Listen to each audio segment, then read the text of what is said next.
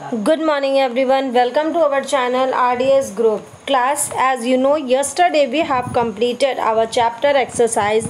So today now we move forward to our notebook verb. So before starting the chapter, you all will draw an activity related to your chapter. So your activity, first you write the date. Everybody mention the date. So today is 26/8. So everybody write 26/8/2020 and then write the next heading activity. And what is your activity? Draw a beautiful scene that you look around you. Full stop. आपको एक beautiful scene बनाना है जो आप अपने चारों तरफ देखते हैं. ठीक है. So everybody draw a beautiful seen that you look around you. जो आप अपने चारों तरफ देखते हैं वो सीन आपको ड्रॉ करना है. क्लियर? अगर इसमें कोई भी क्लियरिटी नहीं है, वैसे तो क्लियर मुझे तो दिख रहा है, बट अगर थोड़ा सा है भी ड्यू टू लाइट प्रॉब्लम, सो इस पर लाइट शायद ज़्यादा पड़ गई है, तो अगर है भी तो आपको क्या करना है, मैं PDF तो दूंगी वर्क के लिए. ठीक है. So you all will only listen. So आपको एक्टिविटी ड्रॉ करनी है. You can copy your book. अपनी बुक से भी आप कॉपी कर सकते हैं. आपकी बुक में जो ब्यूटीफुल सीन दिया है आप उसको भी यहाँ पे ड्रॉ कर सकते हैं, but in colourful manner. You have to colour also. ठीक है. आपको इसको कलर भी करना है. सो फर्स्ट पार्ट क्या हो गया, आपको एक्टिविटी करनी है. Come to the next part. In next part you all will mention the date again and write the thought. So inverted comma start. Nature is the best creation of God. As you all know कि nature जो होता है वो best creation होता है God का. Then make underline. After that write the chapter number 5. Chapter क्या है? Great wide beautiful wonderful world. Great comma wide comma beautiful comma wonderful world. Okay. By W.B. Randz. Who is the writer of the chapter? W.B. Randz. And the next heading, difficult words with their meaning and synonym. So first we write the thought and underline, then chapter number underline, chapter name underline, writer name underline and heading underline. After that write the synonym. अब हम synonym लिखेंगे. Yes, there are only 7 synonym because it's a poem. There is not too much. बहुत ज़्यादा नहीं होता है poem में. So now we write the heading serial number, word, meaning and synonym. Everybody knows about the synonym. What are synonym? Synonym are the same words. Okay. That means if you can say then in Hindi we can say पर्यायवाची. जैसे आप पर्यायवाची हिंदी में करते हो, एक ही word के कई सारे मीनिंग होते. There are so many meanings of a word. एक ही वर्ड के और ज़्यादा जो कई मीनिंग्स होते हैं उनको क्या हम कहते हैं? इन इंग्लिश वी से सिनोनिम. और इनके अपोजिट्स को हम क्या कहते हैं? जैसे आपके हिंदी में विलोम होते हैं, we say antonyms. Antonyms means opposite, means उल्टा, मीन्स विलोम. And synonym means same meaning, means पर्यायवाची. Okay. Next. Now first word number 1. Serial number 1 क्या है? Beautiful. Beautiful means the meaning of beautiful is lovely. Meanings are related to your poem. जो meaning है इनके exact वो आपकी poem से related है, और जो सिनोनिम होते हैं वो इनका बस मीनिंग देना चाहिए कि वो इसका कोई सेम वर्ड हो. ये ज़रूरी नहीं है कि वो आपकी पोएम से रिलेटेड हो. So first word is beautiful. The meaning of beautiful is lovely and synonym pretty and attractive. Clear? Second is dressed. Dressed means meaning of dressed is dress and synonym are decorate and clothes. Decorate, clothes. Third is reels. Reels में क्या हो जाएगा? Meanings shiny and circle wheel. Shiny and circle wheel. Number 4, isles. Isles means small island. Small island और synonym क्या हो जाएगा? Peninsula या shelter. Peninsula और shelter. Number 5, shaking. Shaking means vibrate, shiver और जिगल. शिवर और jiggle. 6 is mills. Mills means factory and factory synonym of factory is workshop, foundry. Workshop, foundry. Next, cliffs. Cliffs means rock face. Rock face. Meaning of cliffs is rock face and synonyms are ridge and steep. So here are given 7 difficult words and their meaning and their synonym. 1 is beautiful, 2nd dress, 3rd reels, 4th isles, everybody listen my pronunciation, that how I am doing the pronunciation of the words. Okay. 5 is shaking, 6 is mills, 7 is cliffs. Clear? Now come to the question answer. First you will do the activity, then word meaning, yes, difficult word with their meaning and synonym, and now come to the question answer. Okay, so first you see the pattern of question answer. Pattern तो यहीं पे दिया है.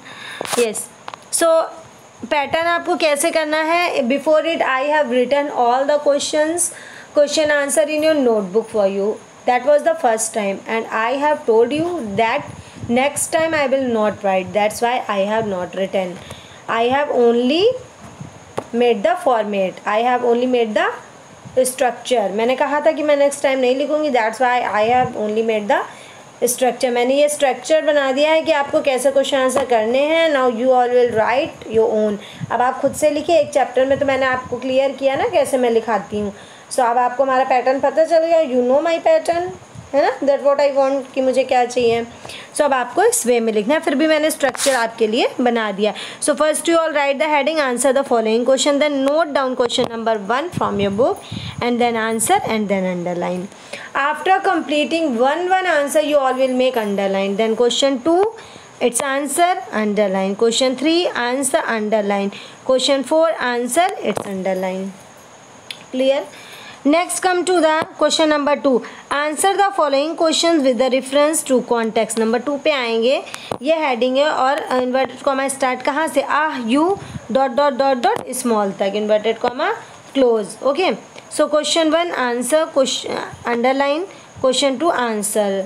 Okay, यहाँ पे सिर्फ इन्होंने क्या किया है, जो आपकी बुक में है इन्होंने डायरेक्टली ये लिखा हुआ है, इसमें क्वेश्चन नहीं लिखा है. ऐसे क्वेश्चन आपको लिखना है और फिर उसका आंसर लिखना है. ठीक है.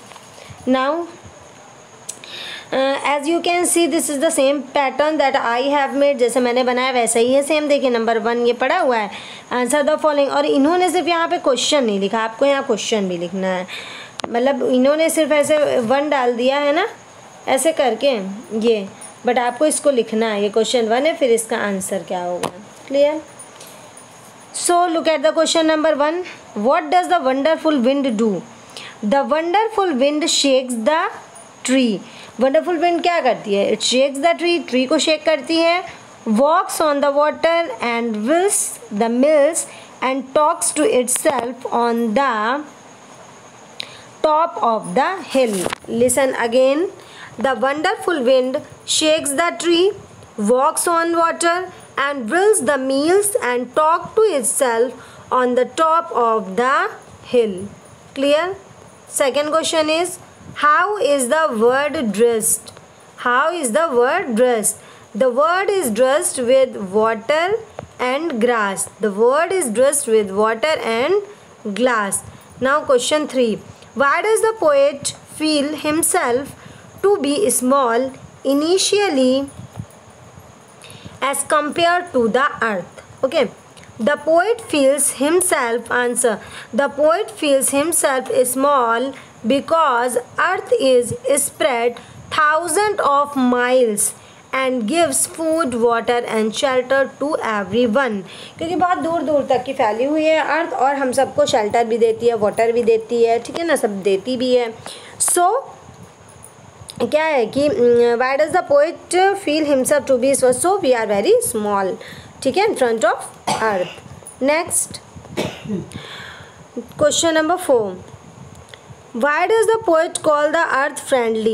The poet calls the earth friendly because it provides us with all the things that we need.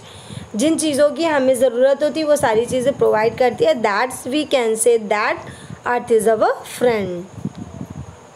Next question is number 2. Answer the following questions with reference to context.